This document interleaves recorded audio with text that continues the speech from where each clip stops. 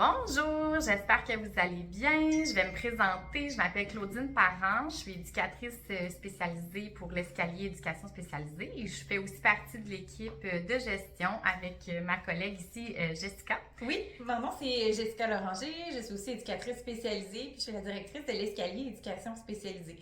À l'escalier éducation spécialisée, on offre des services d'intervention dans les milieux de garde et dans les familles depuis 9 ans. Si vous voulez plus d'informations sur nos services, nos coordonnées et notre site web vont être en commentaire.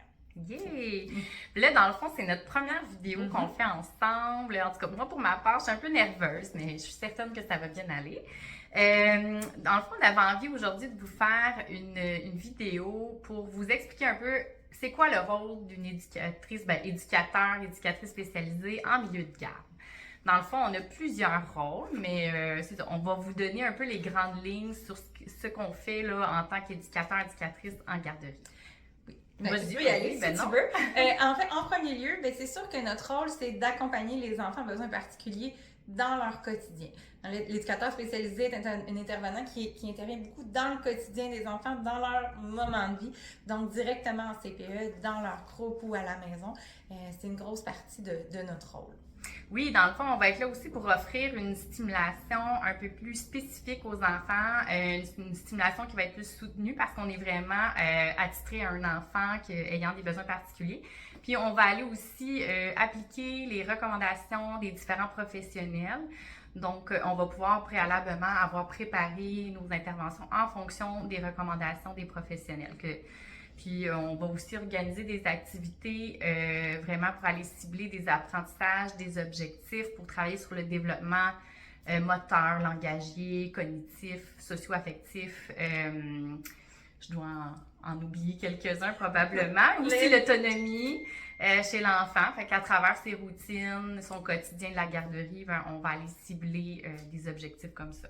Oui, exactement. Puis quand on arrive dans les milieux de garde, on est aussi souvent là pour conseiller, soutenir le personnel qui est déjà sur place. Donc, les éducateurs et éducatrices à l'enfance, on est vraiment là pour les conseiller, leur fournir des stratégies d'intervention, prendre le relais aussi des fois quand c'est plus difficile. Ça fait partie aussi de notre rôle. Oui, puis d'être à l'écoute aussi de l'équipe, autant des enfants que des éducatrices, dans le fond, parce que on arrive là souvent parce qu'un enfant ayant des besoins particuliers, ça peut être un petit peu plus difficile au niveau de l'intégration.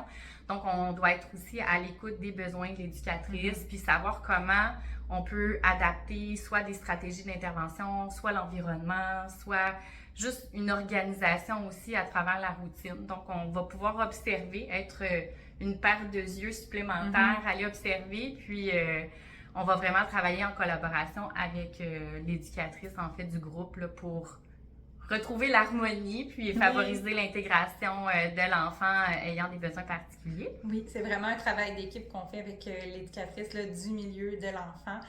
On travaille aussi à collaborer avec les parents. On peut les conseiller, les guider aussi. Puis on peut aussi le pont souvent avec d'autres professionnels, comme on parlait, là, qu'on applique les plans d'intervention. Mais on peut communiquer avec l'orthophoniste, avec l'ergothérapeute, que ce soit du privé ou du public, là, pour s'assurer là, que notre travail qu'on fait dans le milieu de garde là, soit vraiment suivre en fait les recommandations des professionnels. Oui, en effet. Puis aussi, on peut rédiger ou participer à toute la rédaction des plans d'intégration. Donc, on peut aller donner un coup de main aussi au niveau de la direction là, des installations là, pour la tenue de dossier des enfants. On va aussi s'assurer d'avoir une belle communication avec les parents. Donc, souvent, on va écrire soit un petit bilan de la journée, des notes évolutives sur justement comment s'est passée la journée de l'enfant, au niveau de l'évolution des objectifs aussi qu'on est en train de travailler. Donc, c'est ça, la tenue de dossier, note évolutive. Qu'est-ce qu'on fait aussi? On peut faire le matériel aussi, oui, on a sûrement parlé rapidement, mais dans le fond, on peut faire les routines visuelles, on peut faire des scénarios sociaux, faire des pictogrammes aussi, expliquer aux membres de l'équipe aussi, au personnel, comment utiliser ces outils-là, en fait. Donc, ça aussi, c'est une autre façon là, qu'on peut vous aider là, si vous accueillez des enfants à besoins particuliers dans vos milieux. Bon, je pense que ça fait le tour. Dans le fond, on va vraiment aller s'adapter selon les besoins, que ce soit du milieu de garde, de l'enfant. Donc, tu sais, il n'y a pas une formule.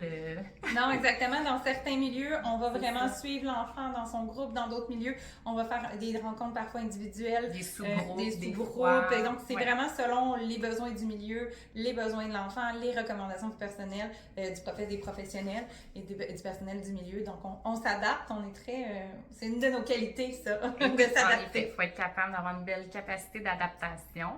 Donc, voilà, c'est ce qui fait le tour du rôle de éducatrice spécialisée en milieu de garde. Puis, si vous avez des questions supplémentaires, n'hésitez pas à nous contacter. On a mis toutes les coordonnées dans les commentaires. Puis, ça va nous faire plaisir de vous parler. Merci. Bye bye. Bye.